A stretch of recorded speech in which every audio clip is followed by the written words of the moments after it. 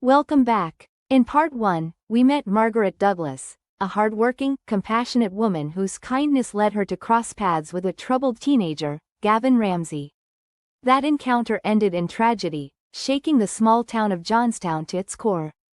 Now, in part 2, we follow the aftermath, the police investigation, the manhunt, the arrest, and the courtroom drama that laid bare the darkness inside Gavin Ramsey's mind. How could a boy so seemingly lost commit such an unthinkable crime?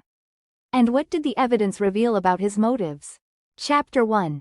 The police investigation. Within hours of discovering Margaret's body, the Johnstown Police Department launched a massive investigation. The crime scene was meticulously examined, and forensic teams combed through every inch of the house for clues. Detectives quickly ruled out robbery or burglary as a motive. Nothing of value was taken. The brutal nature of the attack suggested a personal connection. Neighbors reported seeing Gavin Ramsey near Margaret's home the night of the murder, but there was no immediate evidence to arrest him.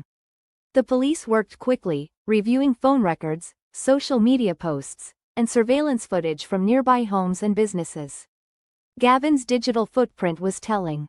His social media accounts contained dark, disturbing posts hinting at his mindset in the days leading up to the murder. There were cryptic phrases about ending the pain, finding peace in the dark, and images associated with violence and despair. Chapter 2. Gavin Ramsey's arrest. 3 days after Margaret's death, Gavin was located by officers at a relative's house in a nearby town. He was cooperative but detached, showing little emotion. Upon questioning, Gavin gave inconsistent answers about his whereabouts the night of the murder. He claimed to have been at home, but forensic evidence and eyewitness accounts contradicted his statements.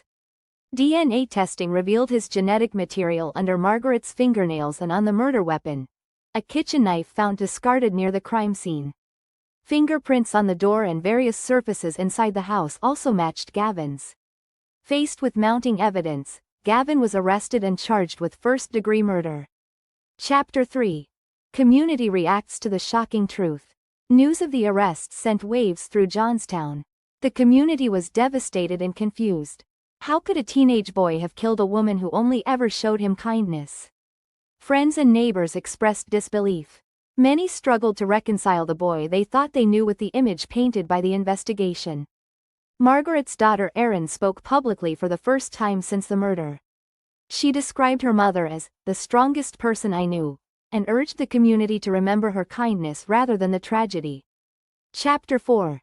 Delving into Gavin's past. As the investigation deepened, so did the understanding of Gavin's troubled history. Records revealed that Gavin had endured years of neglect and abuse at home. His parents, struggling with addiction and poverty, had little control over his behavior. Social services had been involved, but efforts to help him were sporadic and ineffective. Psychological evaluations painted a disturbing picture. Gavin exhibited signs of severe trauma, depression, and psychosis. He had been diagnosed with early-onset schizophrenia but had refused medication and treatment. During interviews with mental health professionals, Gavin's behavior was erratic, alternating between moments of calm and episodes of rage. He spoke of hearing voices telling him to cleanse the pain and take control. Experts believe these symptoms played a critical role in the murder. Chapter 5. The trial begins. The trial opened months later in the Cambria County Courthouse. Prosecutors painted a grim picture of premeditation and cruelty, describing how Gavin lured Margaret into a deadly trap.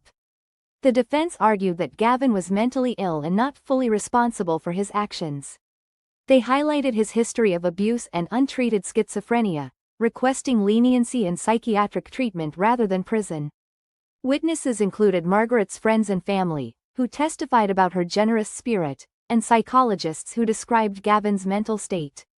The courtroom was tense, emotions running high. Erin Douglas, now 16, sat quietly in the front row, her grief palpable. Chapter 6.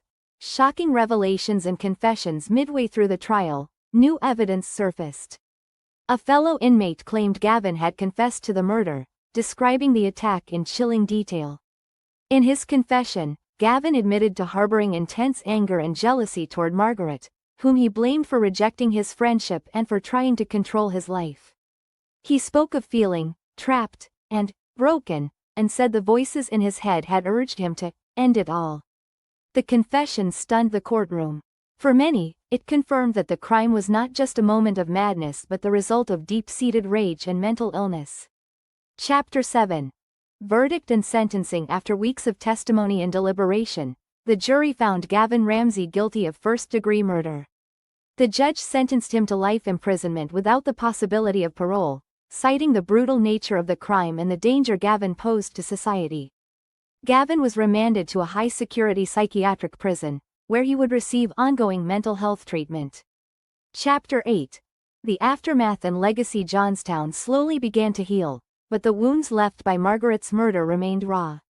Erin Douglas became an advocate for victims of violent crime and mental health awareness. She spoke openly about the importance of early intervention and support for troubled youth. Margaret Douglas was remembered as a symbol of compassion, a woman who reached out to help others, even at great personal risk. The community vowed never to forget her story and to learn from the tragedy, hoping to prevent anything like it from happening again.